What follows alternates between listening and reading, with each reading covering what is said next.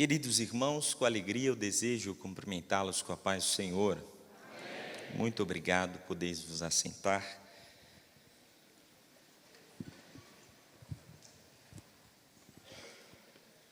Eu quero ser muito grato a Deus pela bênção desta oportunidade que Deus nos concede de poder estarmos aqui, juntos, reunidos, com o mesmo propósito de louvarmos a Deus e prestarmos a Ele o nosso culto de louvor e adoração, e também por misericórdia e bondade do nosso Deus, recebermos uma porção da sua palavra.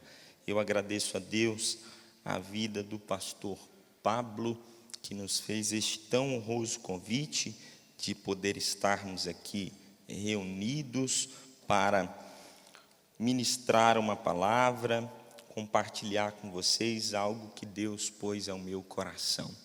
Eu trago uma saudação calorosa, e quando eu falo calorosa é sem brincadeira, uma saudação calorosa dos irmãos de Corinto, porque lá é muito quente, graças a Deus.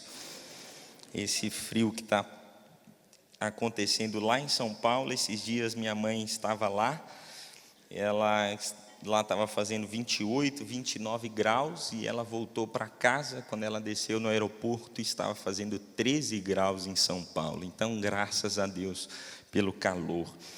Eu sempre costumo dizer aos irmãos que os irmãos que nascem em Corinto, eles são corintenses. É importante mencionar isso, né? E deixar claro a algum dos irmãos. Já existe uma apresentação, mas faz necessário, né? Eu sou um jovem pastor de 30 anos, eu sei que não parece, muito obrigado, Deus te abençoe. Eu conheci uma mineira que mexeu com o meu coração, aí sabe aquelas coisas meio coisado, que coisa a gente fica todo coisado. E aí eu pedi a Deus uma direção, Deus teve vontade, e eu tive coragem, passei a Macedônia e fui embora para Minas Gerais. E já são 5 anos e meio, e eu posso afirmar aos irmãos que tem sido bom demais da conta. Deus tem cuidado muito bem de nós. Sou casado também já há 5 anos e meio, quando me casei já logo me mudei para Minas Gerais. E agora, recentemente, nós tivemos um filhinho, Benjamin. Benjamin completou 1 ano, agora no mês de junho. Eu peço que os irmãos orem por mim, pela minha esposa, que Deus nos dê saúde e força no braço e na coluna. O Benjamin já está com quase 15 quilos, é um bitelão. E logo quando eu me casei e mudei para Minas Gerais, primeiro eu fui a 7 Lagoas e posteriormente, este ano agora, me mudei para a cidade de Corinto. E o lugar que nós encontramos, o irmão ali que conhece Corinto sabe que lá é bem complicado, não tem imobiliária, para você encontrar um lugar é no boca a boca, e a gente encontrou um apartamento, são 47 degraus, até lá em cima, no 2º andar. Imagine, o Benjamin ainda não anda, irmãos, então ajude em oração, que a nossa coluna e os nossos braços vão agradecer. Meus irmãos, foi bastante corrido, eu ainda estou na adrenalina e graças a Deus por isso, para compartilhar com vocês a palavra de Deus. Saí de casa 3h30, o voo ainda atrasou, mas deu certo, cheguei e eu tenho algo de Deus ao seu coração. Eu sei que você tem a apostila em suas mãos, com o material, com a minha aula, mas há uma aula mais, e durante o caminho eu vinha meditando em um texto, e não estava na programação, mas quando o pastor Lucas me recebeu no aeroporto, ele fez menção disso, e o Senhor colocou isso ao meu coração. Não vou fugir da programação que foi estabelecida, porque ministrarei 4 vezes, uma aula hoje, 2 amanhã e uma ministração hoje à noite.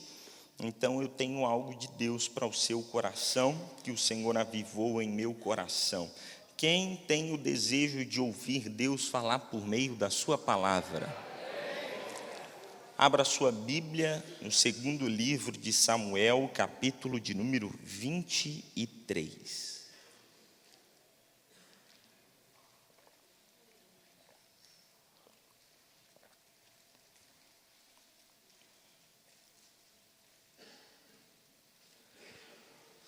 No ano de 2019, eu tive a graça de Deus de publicar um livro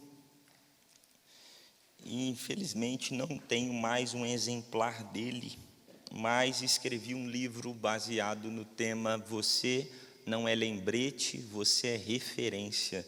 Escrevi uma obra falando sobre a mulher de Ló. Todas as vezes que ouvimos falar a respeito desta mulher, ouvimos falar a respeito do que ela se tornou, uma estátua de sal, mas nos esquecemos quem ela era. Ela era mãe, ela era esposa, tinha 2 filhas dentro de casa e passou uma vida inteira sem deixar um legado de referência dentro de casa. Resultado disso, que quando ela partiu, suas 2 filhas se deitam em um fruto de incesto com seu pai, e geram 2 nações inimigas perpétuas do povo de Deus. Ben-Ami, pai dos amonitas, Moabe, pai dos moabitas. Daí então eu escrevo sobre a importância de você lembrar e se posicionar que Deus não te chamou para ser um lembrete, mas te chamou para ser uma referência dele nessa terra. Quando eu fizer uma nova tiragem, os irmãos que puderem me acompanhar verão e eu posso enviar aos irmãos. Tive a graça de Deus em o pastor reverendo Hernandes Dias Lopes ler, aprovar e prefaciar o meu livro, e isso foi um presente de Deus para um jovem obreiro na obra do Senhor. Isso posto, vamos à palavra de Deus. Segundo livro de Samuel, capítulo de número 23, e somente o versículo de número 8, na parte A desse texto.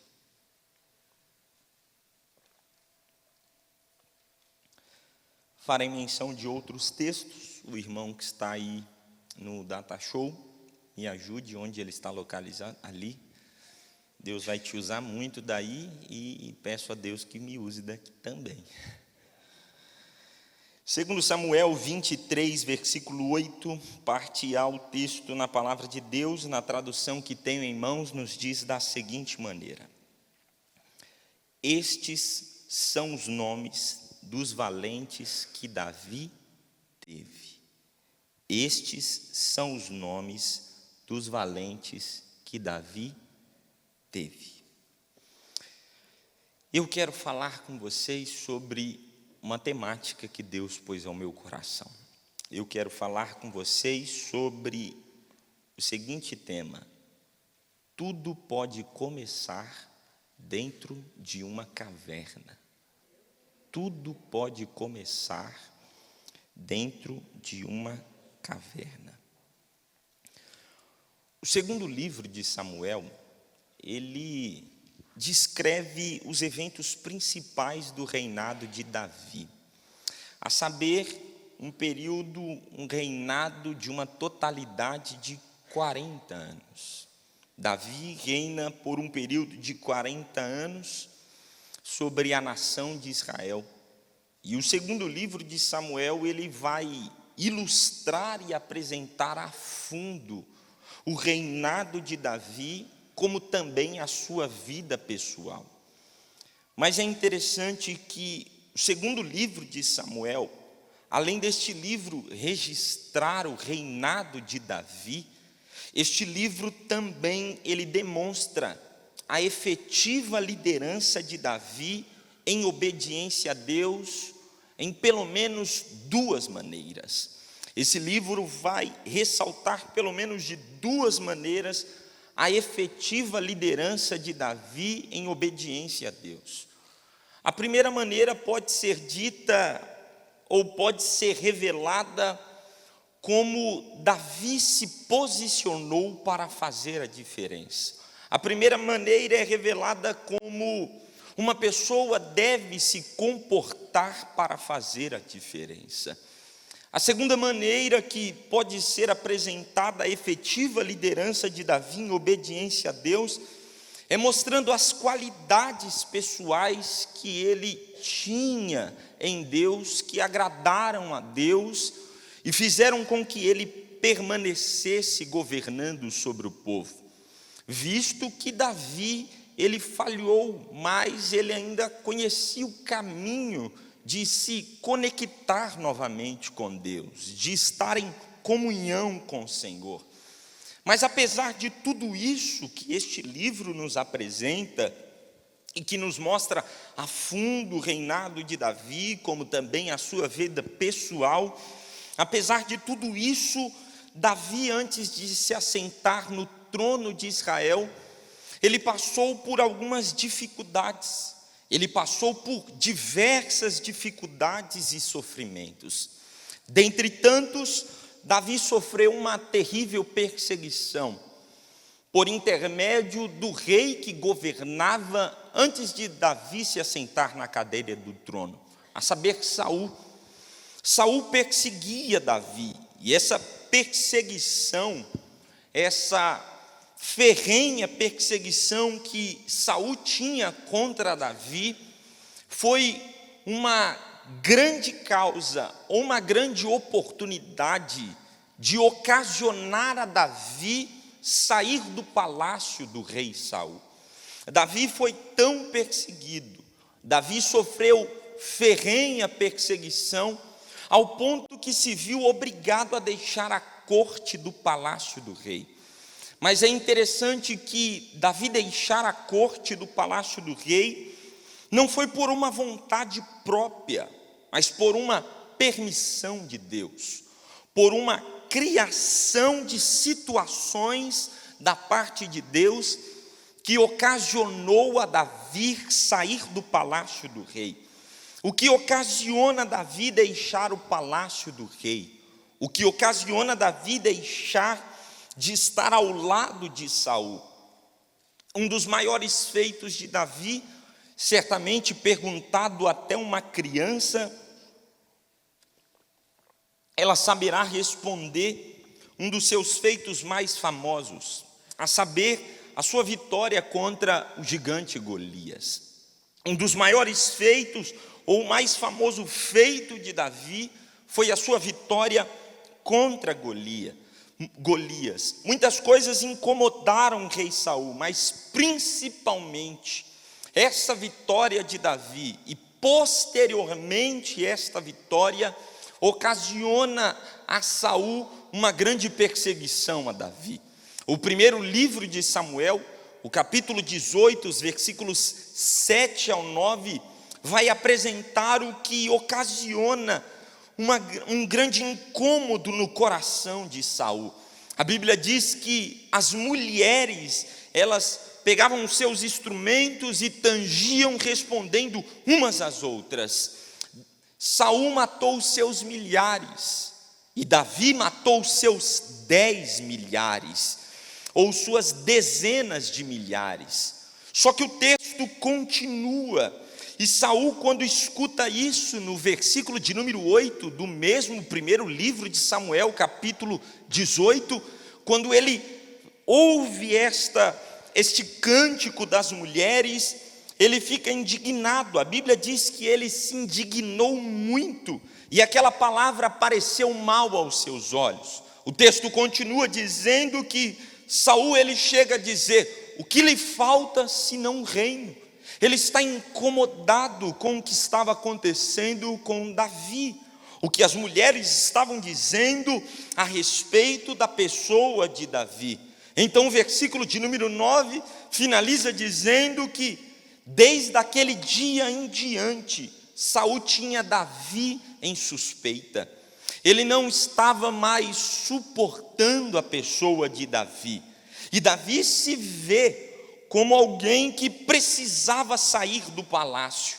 Mas eu torno a dizer, ele não sai porque ele queria. Ele sai porque Deus ocasiona algumas situações para que ele saísse. Quem tira Davi do palácio não é a vontade de Davi. Quem tira Davi do palácio é o próprio Deus que cria esta situação. O Senhor faz isso. Mas a pergunta é: como o Senhor fez isso? Como o Senhor criou esta situação? O primeiro livro de Samuel, capítulo 16, e o versículo de número 4 diz que o Espírito do Senhor se retirou de Saul e o assombrava um espírito mau da parte do Senhor. Deus havia permitido um espírito mau perturbar a Saul.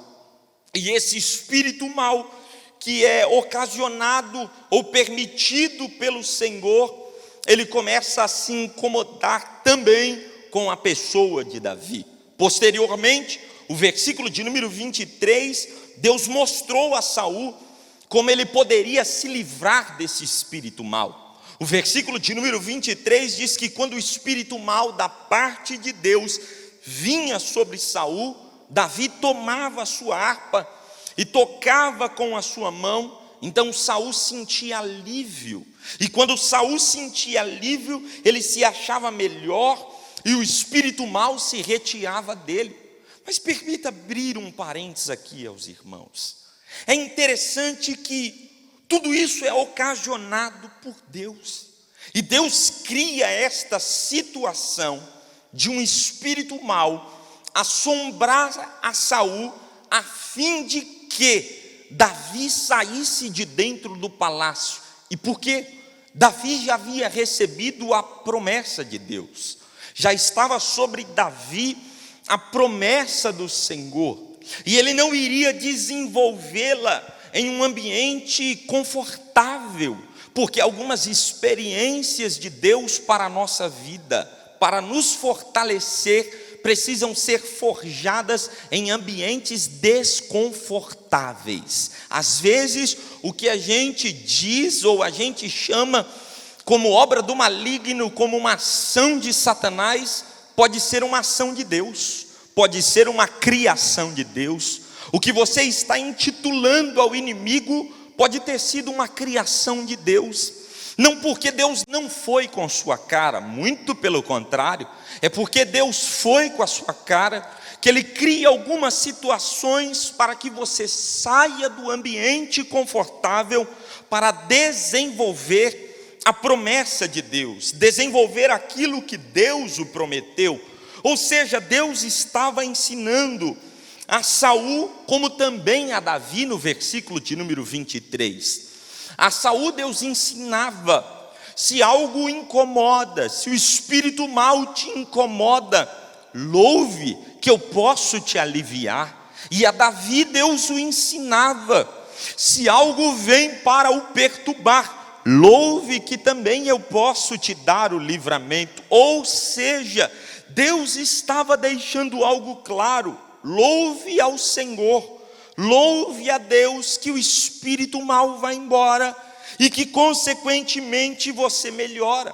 Só que Davi sabia disso, Davi aprende isso, só que Saul não dá ouvido a isso. Pelo contrário, Saul faz o que não deveria.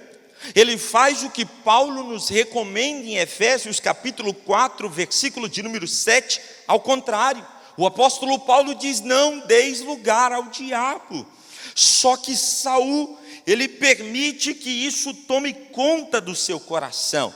E como mencionei, 1 Samuel 18:8, o texto diz: então Saul se indignou muito com o cântico. A expressão, a palavra aqui, indignou, quer dizer ou significa esquentar-se, estar irritado, furioso, inflamado. Saul estava inflamado com esta situação.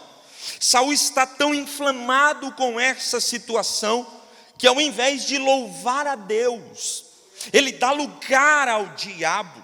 E o versículo de número 10 do primeiro livro de Samuel, capítulo de número 18, diz que aconteceu ao outro dia que o mau espírito da parte de Deus se apoderou de Saul.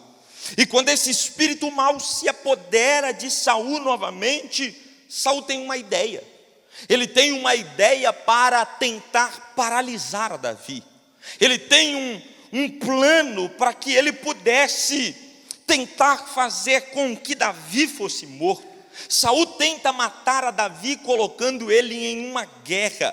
Saul chama um dos seus servos e diz a ele: eu darei a minha filha Mical, para que Davi se case com ela. Mas para isso ele precisará entrar em uma guerra. Saul oferece a sua filha Mical a Davi em casamento com uma condição.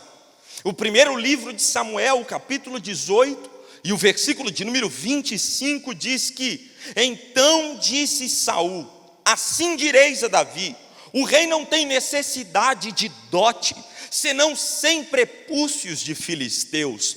O texto continua dizendo, um pouco mais à frente, diz: porquanto Saul tentava fazer cair a Davi pela mão dos filisteus. Ele bola um plano, e o plano dele é o seguinte: coloque Davi em uma guerra, e peça para que ele me traga 100 prepúcios.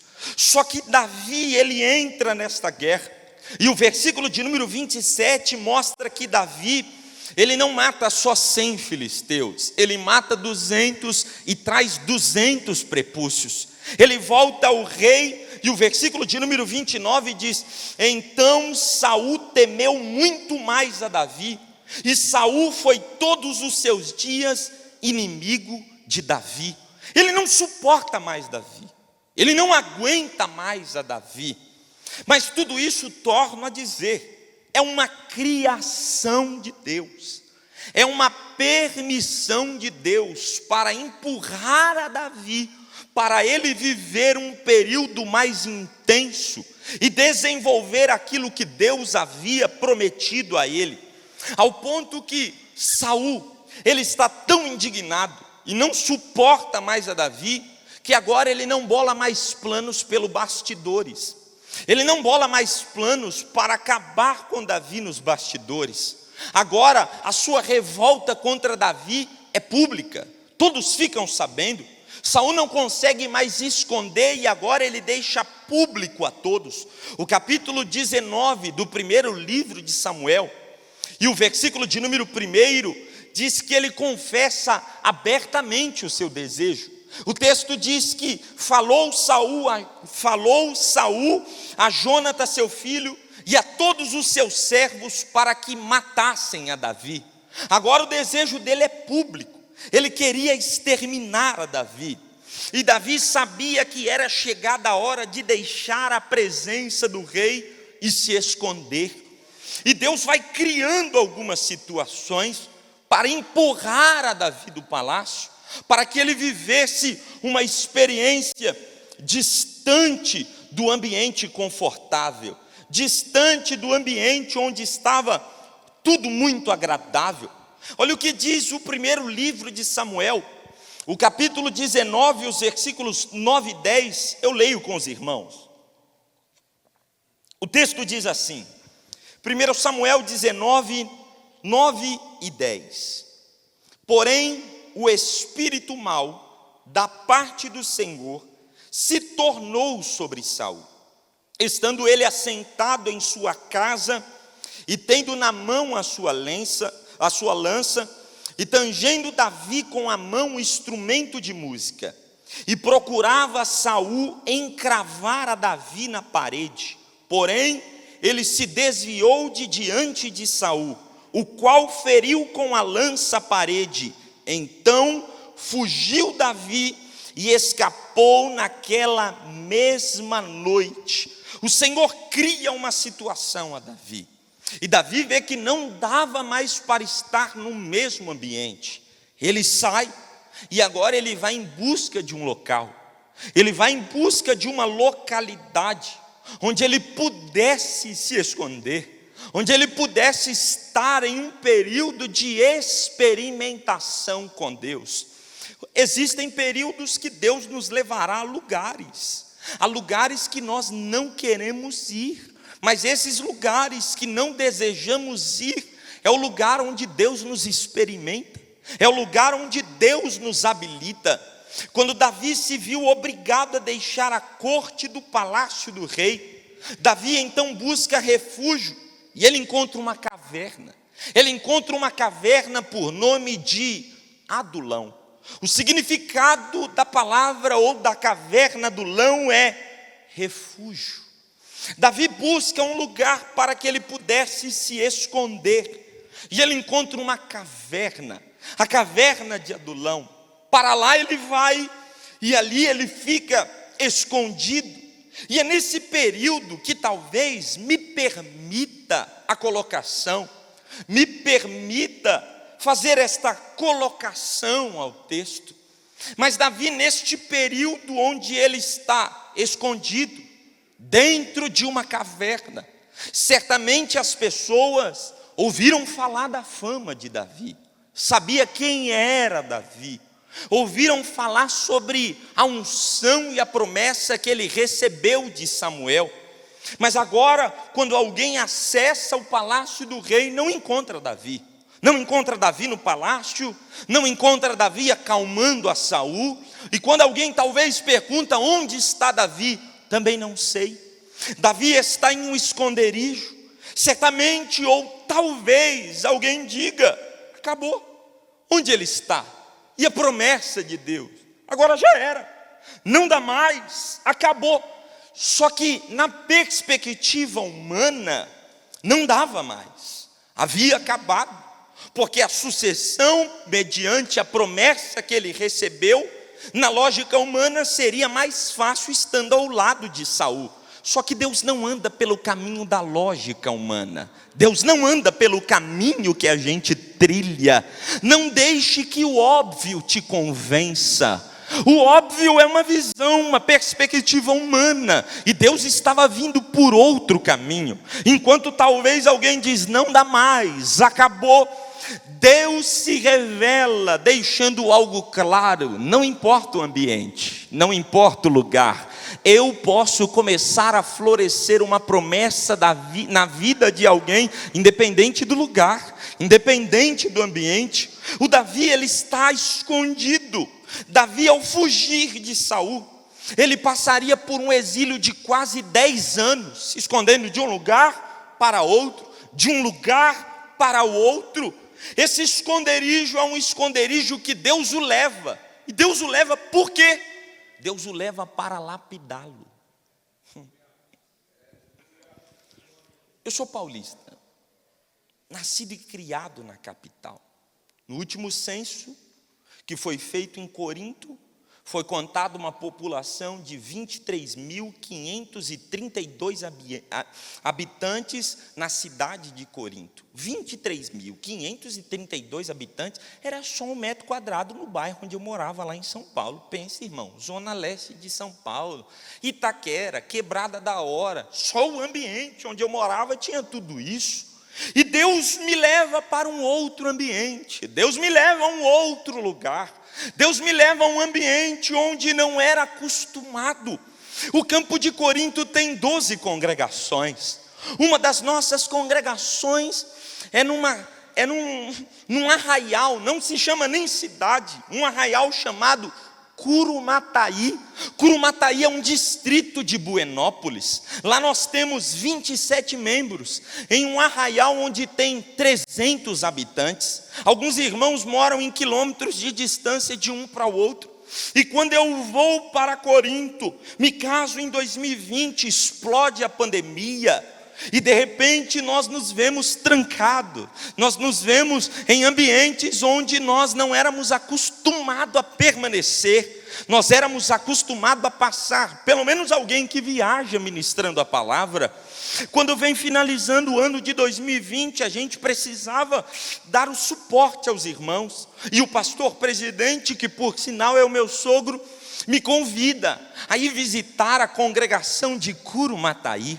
Quando eu chego lá, depois da estrada principal, são 42 quilômetros de estrada de terra, ponte de madeira. Eu nunca passei por aquilo, irmão. Meu sogro brinca comigo, isso é menino de prédio, isso aí jogava bolinha de gude no tapete, porque paulista não é acostumado com essas coisas.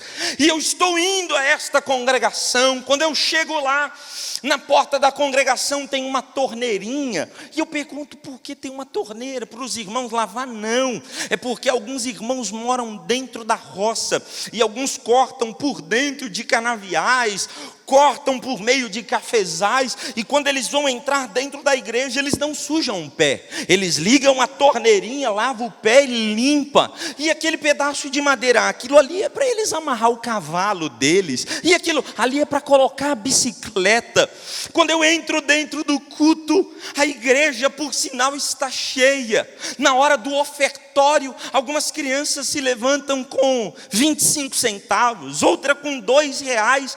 Para alguns aquilo é um dia de trabalho.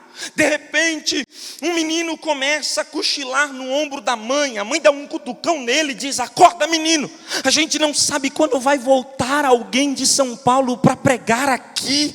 E eu assistindo tudo aquilo, e eu murmurava no meu coração: olha o que aconteceu, agora não dá mais, agora não flui, agora não acontece. E o Espírito Santo, como diz minha mãe, esfregando na minha cara, dizendo: aprende essa lição, porque eu estou te levando a um lugar para te lapidar, eu estou te levando a um lugar que você nunca imaginou.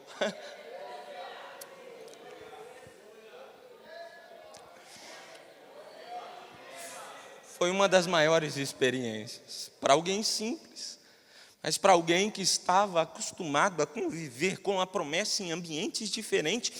Deus me leva a um esconderijo, Deus me leva, com todo respeito aos irmãos de lá, me leva a um buraco que eu nem conhecia, que eu nem sabia que estava no mapa.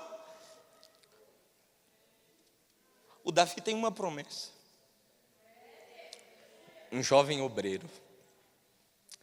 Deus o leva para um ambiente onde ele nunca imaginou. Ele está escondido, porém, nesse esconderijo desértico, o deserto também é lugar de treinamento, é lugar que Deus também nos lapida. Vale ressaltar que o deserto, Deus sabe o nosso endereço. Deus sabe o número que você veste, sabe o número que você calça, Deus sabe o que você precisa, Deus sabe cuidar muito bem de você, em períodos que Ele te leva para te lapidar. E por que não dizer, às vezes, no período desértico, é o período onde a gente come melhor, se veste melhor, porque não é o nosso cuidado, é o cuidado de Deus. A gente veste o que Deus dá, a gente come o que Deus dá, a gente vai e faz o que Deus nos direciona a fazer. O Davi está em um ambiente solitário, se sentindo abandonado, se sentindo desvalorizado. Só que o Davi, por mais que alguém pontua os seus erros, o Davi, ele orava, ele falava com Deus. Está abandonado, sozinho, num esconderijo. Só que ele nos dá uma receita. Nesse período de esconderijo, treinamento ou desértico, numa caverna, ou numa linguagem bem rasgada, dentro do buraco, Deus sabe cuidar de você. Só que tem um detalhe: nesses períodos Deus não quer que a gente fica mascarando as nossas falas diante dele em oração. Rasga o coração e conta o que você está sentindo. Rasga o coração e conta o que está acontecendo. Olha o que o Salmo 142 diz.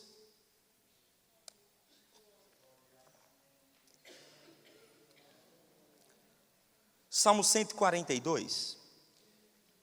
Algumas Bíblias têm título ou epígrafe. Na minha Bíblia está assim: oração no meio de grande perigo. Oração que fez Davi quando estava na caverna. Olha a receita. Está escondido, está num refúgio, se sentindo solitário, desvalorizado, e de repente ele abre o coração para Deus.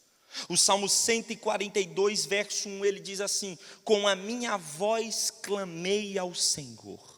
Iniciei um período de oração, em falar com Deus. No verso de número 3 ele diz: meu espírito estava angustiado. Ele não mascara nada, ele abre o coração e diz: Deus, eu estou me sentindo angustiado, eu estou me sentindo ruim, para baixo.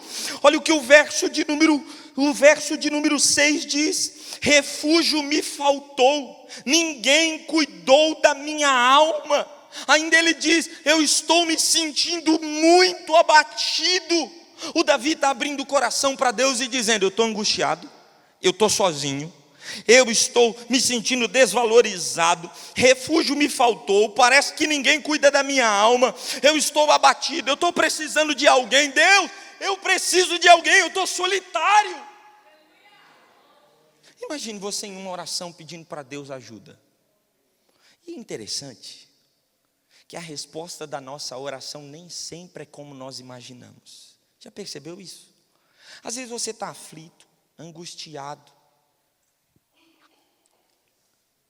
Chegou um tribuloso perto de você e tirou sua paz.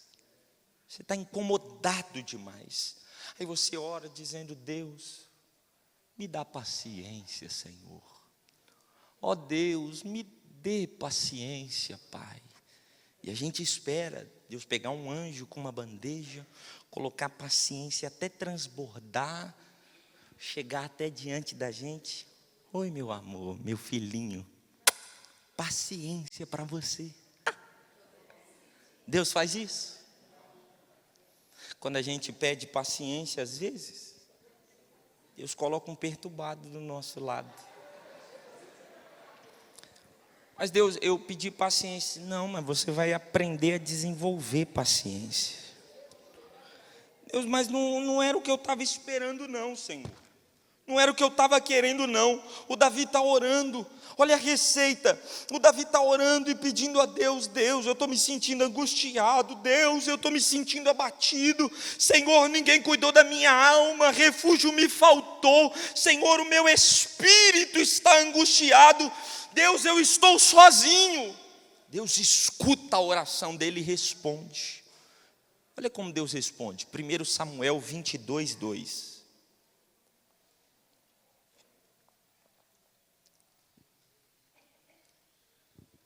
O Davi ora e Deus manda a resposta a ele. E ajuntou-se a ele todo homem que se achava em aperto, e todo homem endividado, e todo homem de espírito desgostoso. Ele pede a Deus, ele pede socorro. Eu estou angustiado, eu preciso de ajuda. E Deus manda gente lisa, gente que desistiu da vida, gente que não quer nada com nada, gente que a sociedade já não valorizava mais. Quem levou essas pessoas até Davi foi Deus, porque ninguém sabia onde Davi estava. Mas eu torno a dizer: Deus sabe seu endereço, Deus sabe aonde você mora, Deus sabe qual é a sua chave Pix, Deus te conhece bem, Deus sabe quem é você, e Ele envia o que Ele quiser até você, só que Ele envia o que você precisa. Eu estou sentindo Deus, eu sei que é um ambiente aqui de aula que eu preciso expor, mas eu preciso deixar o Espírito de Deus tratar com alguém nessa tarde, porque Deus veio te dizer nessa tarde: eu enviei. Não desvaloriza.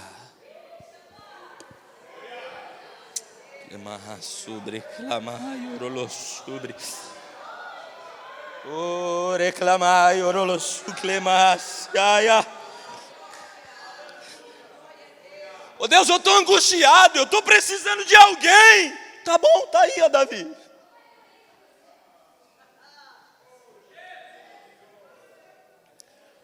Ô irmão, é de tarde, depois do almoço, às vezes dá aquele sono, aquela baixa, né? Eu não sei se é costume de vocês, se não for, me perdoe, mas só para dar uma despertada. Olha aí para quem está do seu lado e diz: não me desvaloriza não. Talvez eu seja, fala para ele, um valente de Deus na sua vida.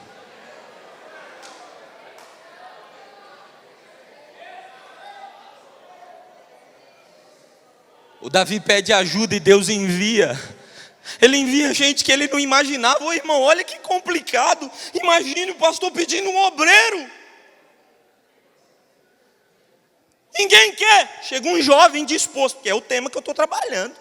Jovens obreiros. Ninguém quer. Chega um jovem: pastor, eu estou aqui, pastor, pode me levar, pastor, eu faço, pastor, me leva. Talvez não terminou o ensino médio, talvez é novo demais. Mas talvez Deus está trabalhando com os dois, com aquele que recebeu a promessa e vai sentar na cadeira do trono, e aquele que vai ajudar. Reclamar sobre cama. Mal sabia Davi que ele mesmo era quem cuidaria do seu futuro exército. O irmão, não desvaloriza quem Deus te envia, porque talvez este enviado de Deus, que não tem cara de enviado, tem cara de problema, talvez com a experiência que Deus te dá no meio desse deserto, vai ser alguém tratado, preparado, levantado, erguido, vai fazer algo grande.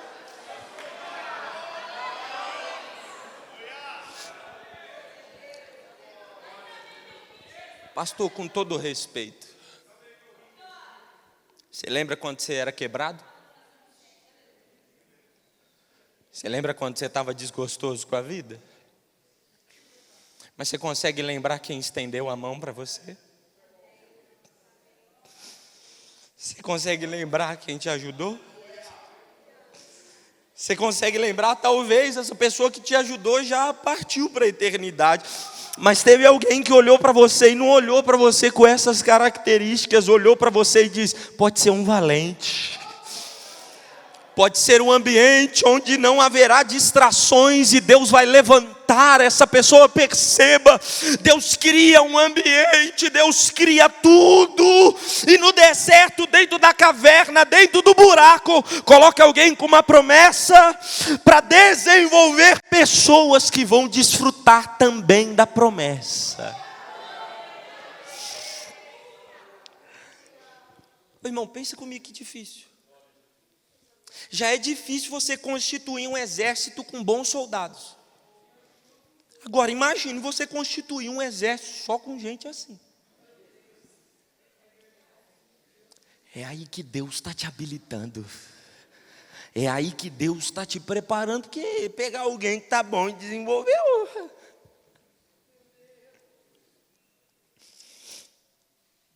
Imagine pegar alguém como eu, um desgostoso da vida, nascido e criado sim no Evangelho, mas sabe aquela fase de que é nada com nada. Eu era o terceiro pior aluno da escola. Os 2 primeiros eram meus amigos. Quando dava algum problema dentro da escola, se não era o Mendes, se não era o Chacrinha, era o Raduan. Ou às vezes já mandava descer os 3 de uma vez. Imagine, eu estudei com a mesma turma da 1ª série até a 8ª série. Era uma facção, irmãos. Um dia minha mãe chegou na escola para a professora e disse: eu vou mudar o Raduan de escola. Não dá mais para ele continuar aqui. É a mesma turma. Tem dia que eles fecham a escola, tem dia que não vem aluno nenhum, eles fazem o que eles querem. A professora olhou para minha mãe e disse: ô mãe, não adianta não. O Raduan é a fruta podre. Onde ele chegar, ele vai destruir tudo. Teve um dia que minha mãe voltou da reunião, pastor Pablo, e eu perguntei: e aí mãe, como foi a reunião? Ela: sai da minha frente, sai da minha frente. Ela desmaiou, porque não era só os professores que queriam falar com ela, eram os pais do aluno esperando para falar com ela. Pensa comigo, pensa, você irmão, você da 7ª série até a 8ª série, 2 anos consecutivos, assistir aula com sua mãe sentada do seu lado. Quando eu virava para o lado, minha mãe me beliscava e dizia: olha para frente. Um dia uma monitora no corredor parou minha mãe e disse: não faz isso com o menino, vai constranger ele, ele não vai querer mais saber de escola. Ela disse: eu sei o que Deus me prometeu, eu sei o que Deus falou a respeito desse menino, que não tem cara de pastor, mas Deus falou que vai ser. Minha mãe não podia ter mais filhos. Aí um dia ela foi num círculo de oração. Sabe aquelas irmãs do coque na cabeça? Aquelas mulheres perigosas. Que lá em São Paulo a gente chama de raio-x de Jeová. Minha mãe foi num desse círculo de oração. E eu estou fazendo esse quebra numa direção de Deus. E também para que você reanime esse ânimo. Escute o que Deus quer dizer ao seu coração. Minha mãe foi a este círculo de oração. Essa irmã veio marchando, parou na frente dela e disse: dentro do teu ventre tem um futuro pastor. Minha mãe teve homem, ela teve que tirar o ovário, não podia ter mais filhos, só tinha minha irmã. De repente ela faz exame, descobre que está grávida de 2 meses. Passa o tempo e descobre que é um menino. E Deus havia falado, então ela disse: eu vou ficar até o final, porque eu sei o que Deus falou a respeito dele. Teve alguém que investiu em você. Teve alguém que olhou para você e não viu que estava aparente, mas viu a promessa de trás, viu a promessa de Deus por detrás. Vai ser valente, vai ser valente. Se você chegou, se você veio do mundo, se converteu, é porque alguém investiu e viu em você um valente. O Davi estava sendo treinado, preparado e treinando a outros. Foi na caverna de Adulão que os valentes começaram a travar as suas primeiras batalhas, que Deus começou a tratar com eles. E olha que interessante, o sofrimento e a perseguição uniu eles. Deus pode unir um liso com outro liso, quebrado com outro quebrado, um desgostoso com outro desgostoso, e fazer algo dar certo. Porque Ele é Deus. Ele é Deus e tem poder para fazer estas coisas. Homens em aperto, endividados, amargurados de espírito, que passavam por dificuldades, procuraram a Davi, se uniram a ele. Um pequeno bando de rejeitados se junta a Davi e estava ali representando o futuro de Israel. Os valentes. O texto que li a vocês inicialmente é uma galeria apresentando os melhores e maiores valentes de Davi. Mas entenda, esses homens não nasceram valentes. Eles nasceram em um ambiente onde ninguém queria estar, em um ambiente que ninguém olhava para eles. Davi está no deserto, dentro da caverna, mas ele precisa entender: eu tenho que confiar em Deus. E aí ele faz algo que poucos fazem. Ele não despreza quem Deus enviou. Olha o que diz o Salmo 57.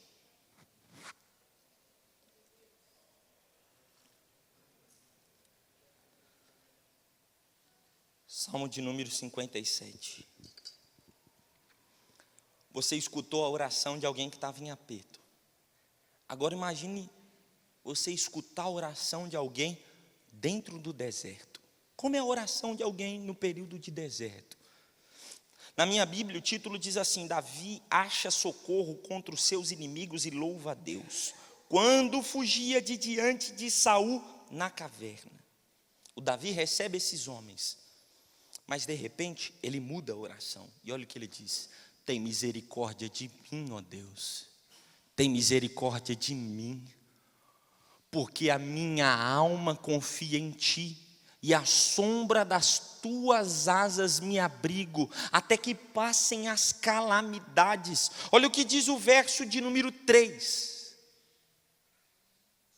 Ele dos céus enviará seu auxílio. Torno a dizer, Ele dos céus enviará seu auxílio e me salvará do desprezo daquele que procurava devorar-me. Deus enviará a sua misericórdia, a sua verdade. Olha a oração dele, ele reconhece: isso foi Deus que enviou. Esses homens foram enviados por Deus. São 400 homens nesse jeito. São 400 homens enviados por Deus, um pior do que o outro. Deus envia, Davi reconhece e Davi agradece a Deus. E olha, o texto diz, eu torno ao texto, 1 Samuel 22, 2. E ajuntou-se a ele todo homem que se achava em aperto, e todo homem endividado, e todo homem de espírito desgostoso. E ele se fez chefe deles. 400 homens. O Davi estende a mão. Passa-se o tempo. E 1 Samuel 23:13 diz que de 400 se tornam 600.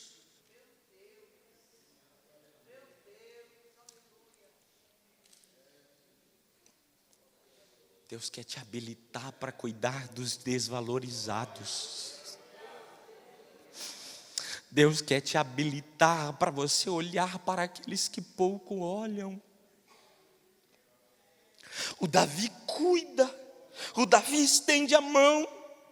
Escute para mim concluir. Nenhum líder é capaz de fazer todo o trabalho sozinho. Deus não dá tudo a um só homem. Às vezes você tem habilidade para fazer muitas coisas, mas tem uma coisa que você não sabe fazer. Chega alguém que não sabe fazer muitas coisas, mas sabe fazer uma coisa que você não sabe fazer. Deus não dá tudo a uma só pessoa. É por isso que quando chega alguém que a gente olha e diz, mas não sei, mas é novo, mas não... Mas Deus que sabia que você estava no deserto, ninguém conhecia seu endereço, ninguém sabia onde você estava, Deus que enviou, Deus que levou até você, Deus que colocou diante de você, foi Deus que foi e enviou. Então cuida do que foi enviado por Deus, cuida e habilita, porque isso vai habilitar a você, isso vai habilitar a ele, porque afinal de contas, tudo pode começar dentro de uma caverna. Você pode se colocar de pé, por gentileza?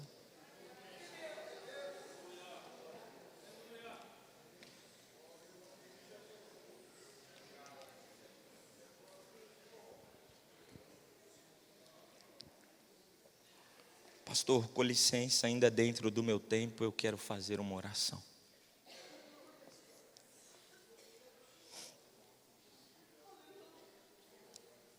Feche os seus olhos, se você puder. Coloque a mão sobre o seu coração. Ó Deus, ó Pai,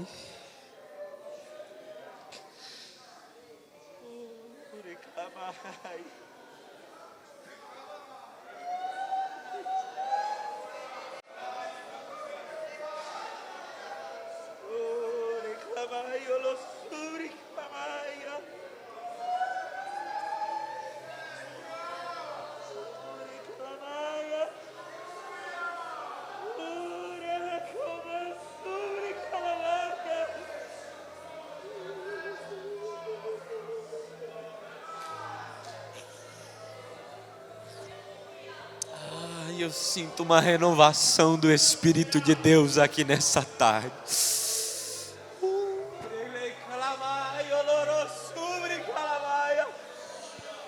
Oh, Espírito de Deus, nos capacite.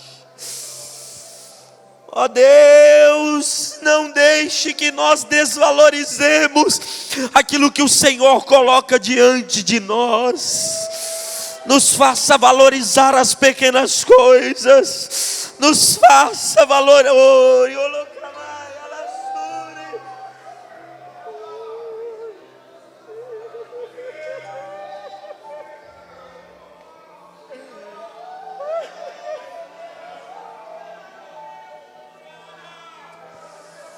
Ó Deus, eu te peço neste momento, ó Pai, com a mão neste coração que representa o lugar da tua morada, o trono onde o Senhor se assenta com maestria.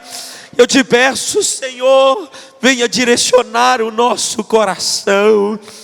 A Deus, pode haver planos, pode haver direções, mas a última palavra ainda é do Senhor. E eu te peço, Senhor, Habilite, Senhor, aqueles que receberam a tua promessa para cuidar de futuros valentes que o Senhor despertará aqui em Londrina.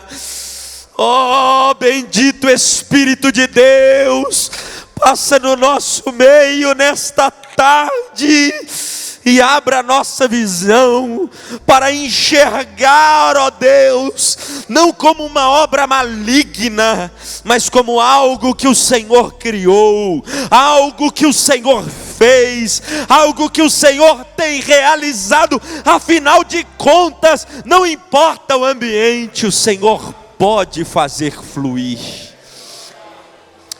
Então flua, Senhor, no ambiente desértico, flua, Senhor, no ambiente de refúgio, flua, Senhor, no ambiente de esconderijo, mas não deixe de nos habilitar, não deixe de nos capacitar.